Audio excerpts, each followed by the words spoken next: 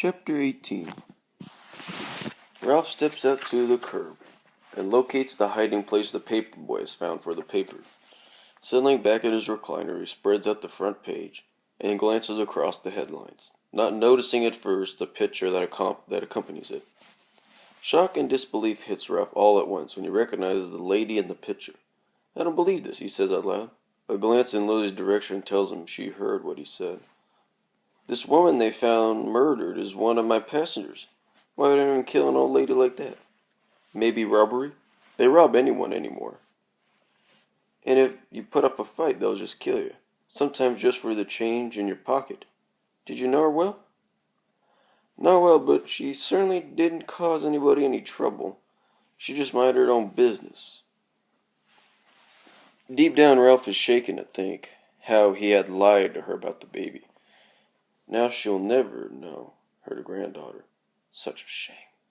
I'll put a rose on the seat where she last rode, and maybe I'll be able to live with myself. He puts down the paper and leaves the room. Down at the police headquarters, Sergeant Maxwell puts down the phone and leans back in his chair. Well, he says to himself. His inquisitive mind sees a red flag waving right in front of him. So the Hamptons knew about the old lady who was looking for her granddaughter. That changes everything. "Officer Tolbridge, come here to my office. We need to talk." She gets up from her little cubbyhole they call an office and heads down the hall. "Yes, sir. What's up?" Maxwell is lost in thought and ignores her question.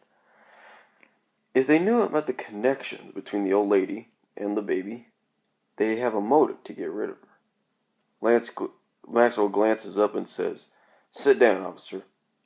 I just got a phone call from Miss Melbourne over at the social services. It seems Mrs. Hampton accidentally overheard the conversation between Annie Allwright and her regarding the disappearance of her granddaughter. This happened the Tuesday before the murder. That looks suspicious to me, considering they have been acting like they know nothing about her." Moving to the edge of her chair, she answers, "Do you want me to call them in and question them? They may have an ironclad alibi, and we can rule them out. I don't see them as murderers, even if they are desperate to keep the baby. No, I'll call them in the morning."